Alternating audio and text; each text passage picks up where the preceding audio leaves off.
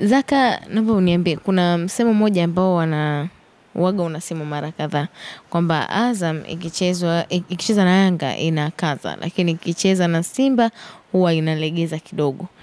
Kuna ukweli wowote kwenye huu useme? Ni miongoni mwa misemo ya hovyo ambayo ipo. Miongoni mwa imani za hovyo ambazo zipo. Unafahamu mpira wa Tanzania bahati mbaya yake umegawanywa sehemu mbili. Kama sio Yanga, Simba. Yaani watu hawataki kuamini kwamba kuna maisha nje ya hayo. Kama hauko Yanga huko Simba. Yaani watu lazima watakubrand huko, watakuweka. Na wakisha kuweka wanaziba masikio yao.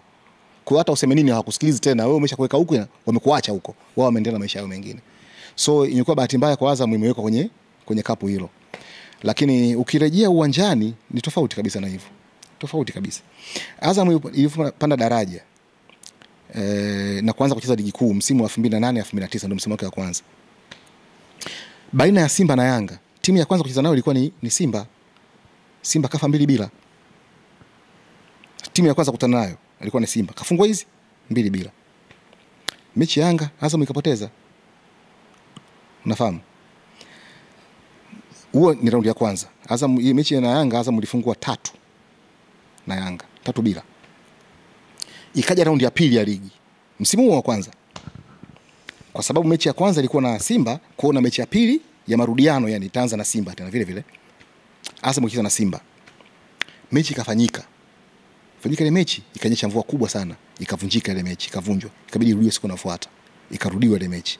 Azam akapoteza hizi 3-0. Baada ya mechi Azam ikafukuza kocha. Unaelewa? Kumbuka raundi ya kwanza Azam alifungwa 3 na Yanga, kocha akafukuzwa.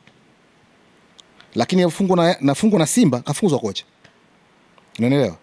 Huyo kocha anaitwa Neida dos Santos. Alikuwa kutoka Brazil. Alifukuzwa hiyo mechi baada ya kufungwa na Simba.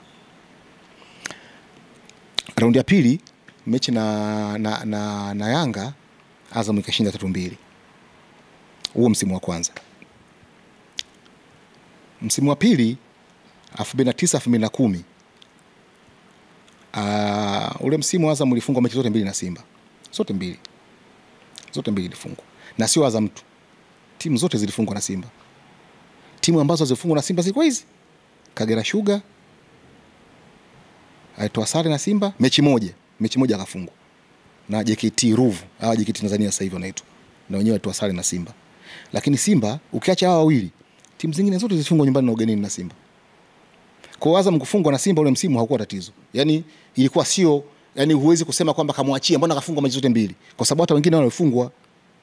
Unafahamu Msimu uliofuata ambao 2010 na 2011 Azam ilishinda mechi ya kwanza na Simba. Mechi ya pili sare. 2010 11. Msimu uliofuata baada ya hapo 11 12. Mechi ya kwanza ilikuwa sare.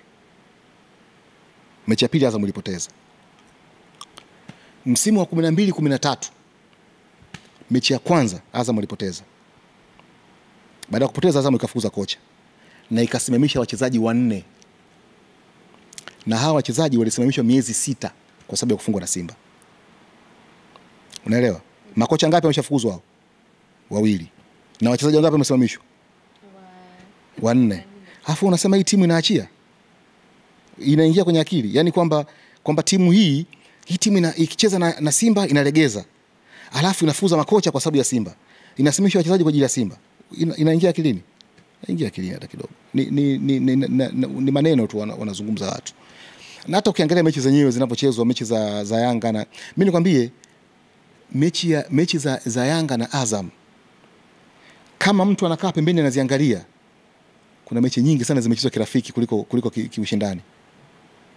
Mechi ya 2009 ambayo ni mechi ya pili ya mzunguko wa pili katika msimu wa kwanza wa Azam, ambayo Azam alishinda 3-2. Kama kuna mtu aliona ile mechi, anza kusema mechi ilipangwa matokeo. Ilikuwa mechi ya ligi lakini ya kirafiki sana. Simba waliongoza 2-0.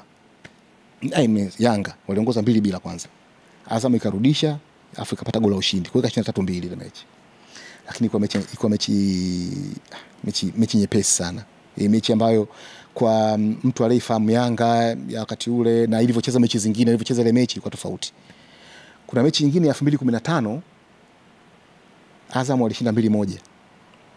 Cheza pale Taifa na mvua nyingi sana ikanyesha siku ile. Kanyesha mvua, kuna maji mengi sana. Kwa mtu aliangalia ile mechi, aniambie mtu yoyote ule katika hizo mechi mbili nimesema, kuna mechi gani aliyoyona ya Simba na Azam ambayo ilikuwa kama zile? Kuna mechi za Simba na Azam ni vita, kuna wachezaji mpaka atakufa uwanjani.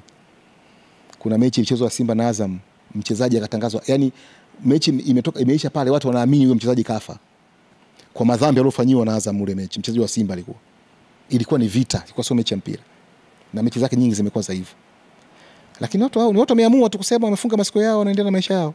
Kwa hiyo haiwezekani, kwa sababu unakuja kuona siku Azam akifungwa na Simba, si unaona, si tunajua atafungwa tu, unafahamu kwa sababu Azam kafungwa na Simba. Lakini katika kipindi ambacho Azam amefungwa na Simba, ni kipindi ambacho Simba ni bora sana, ninafunga wote. Simba wametufunga sisi na makando yao yote, lakini wametufunga katika kipindi ambacho kwa bora sana. Ndio kipindi ambacho wanakwenda kwenye mashindano ya Afrika, wanafika robo finali. Ndio kipindi ambacho wametufunga hapa katikati. Kipindi ambacho kila mtu anafungwa. Hata Yanga sisi wametufunga, na hata kwa mfano kama Yanga kutufunga sisi, wametufunga tofauti na Simba. Simba si hajawahi kutufunga mfululizo yote misimu miwili anafunga nje ndani, hajawahi kutokea hata maisha yake yote. Lakini kuanzia msimu wa 21-22 Yanga watufunga 2-0 pale kwa Mkapa. Wakaja kutufunga hapa Chamazi, wakatufunga tena kwa Mkapa, wakatufunga tena kwa Mkapa. Yaani katika misimu miwili wametufunga mechi 4 mfululizo nje ndani misimu miwili. Simba never maisha yake yote sasa kufunga, hajafunga hivyo.